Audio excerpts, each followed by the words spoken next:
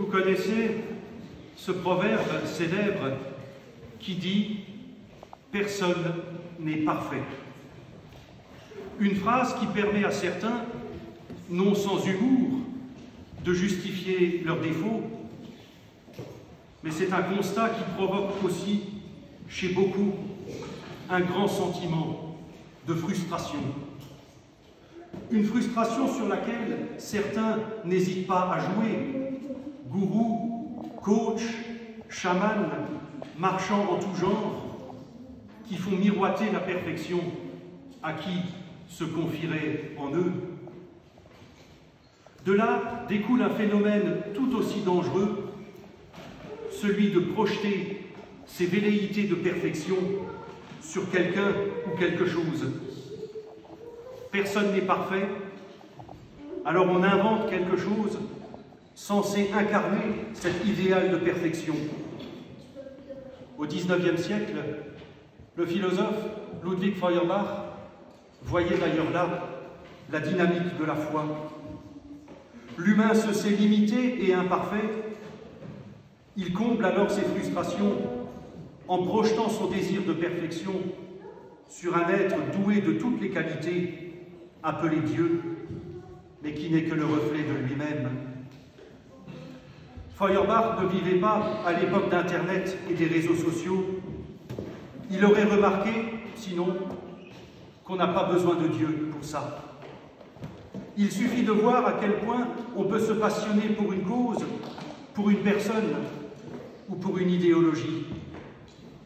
Et on connaît tous ce sentiment, là encore de frustration, ou pire, de trahison, lorsque tel produit ou tel objet n'apporte pas la satisfaction attendue, ou que telle personne admirée ne correspond pas à l'idéal que nous projetions.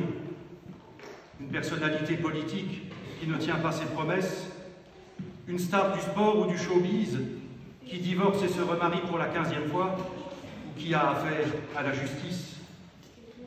Tout ça pour dire que la volonté de perfection entraîne une frustration qui peut être exploitée à mauvais escient et conduire à la dépression et ou à la violence.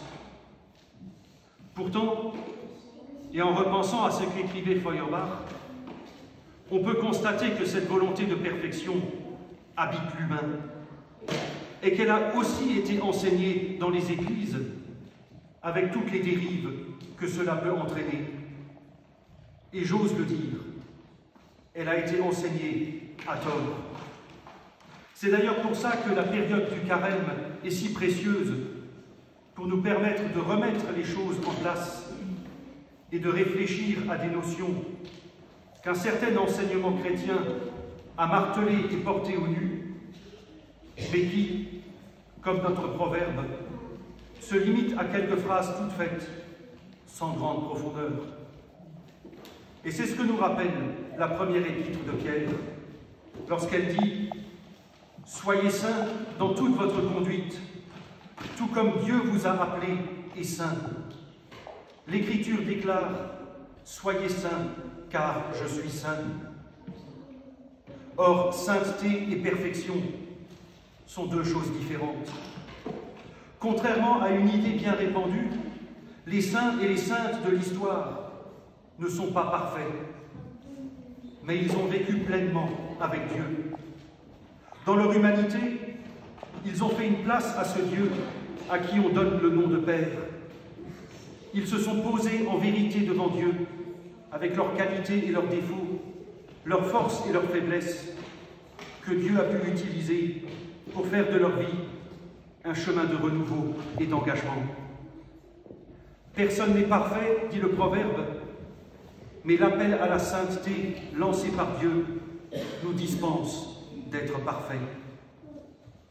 Ce n'est pas pour autant qu'il faut se tourner les pouces. Dans la grande tradition liturgique, le 3e dimanche du carême s'appelle dimanche Oculi, du psaume Oculi mei semper ad Dominum. Mes yeux sont sans cesse tournés vers le Seigneur. Nous sommes alors invités en ce temps à tourner nos regards vers Dieu, mais un Dieu qui déconstruit la divinité. Nous l'avons vu avec Élie, où Dieu ne se révèle ni dans la tempête, ni dans le tremblement de terre, ni dans le feu, mais dans la brise. Et nous le voyons avec Jésus. Deux exemples qui montrent que le Dieu de notre foi ne saurait être la projection de nos fantasmes et de nos désirs. Mes yeux sont sans cesse tournés vers le Seigneur. Mais pour qui fait tomber les œillères de la perfection, y compris celle attendue de Dieu, il n'y a rien d'autre à voir que Jésus-Christ, un marginal, pauvre, rejeté et finalement crucifié. C'est un reproche qui a souvent été fait aux premiers chrétiens. Comment pouvez-vous dire qu'un prophète venu de nulle part, à moitié clochard, est mort sur une croix, et Dieu? Pour qui est un peu honnête, personne ne voudrait vivre comme Jésus. Aussi, sa vie, son ministère et son message nous empêchent de projeter quoi que ce soit sur Dieu.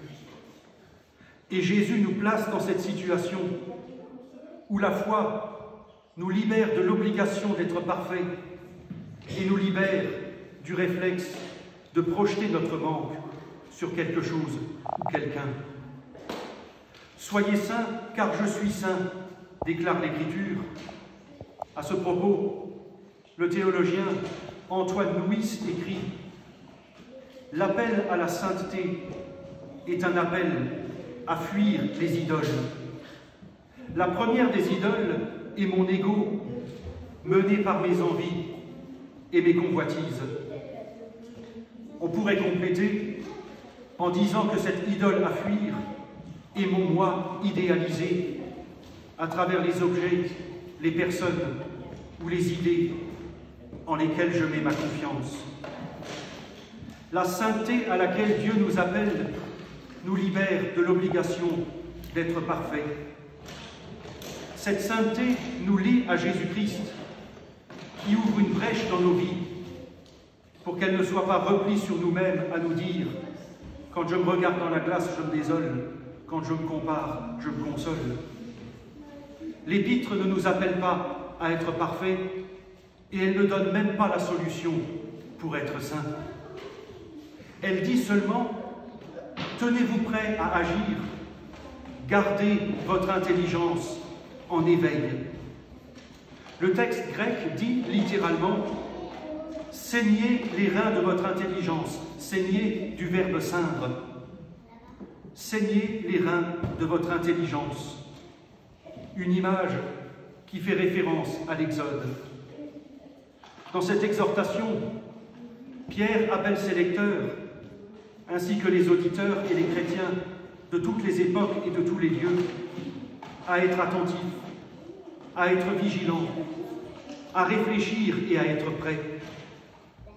Personne n'est parfait, mais de cette imperfection peut naître une liberté et une vie tournée vers autre chose que l'indifférence, l'inaction et l'illusion de soi-même.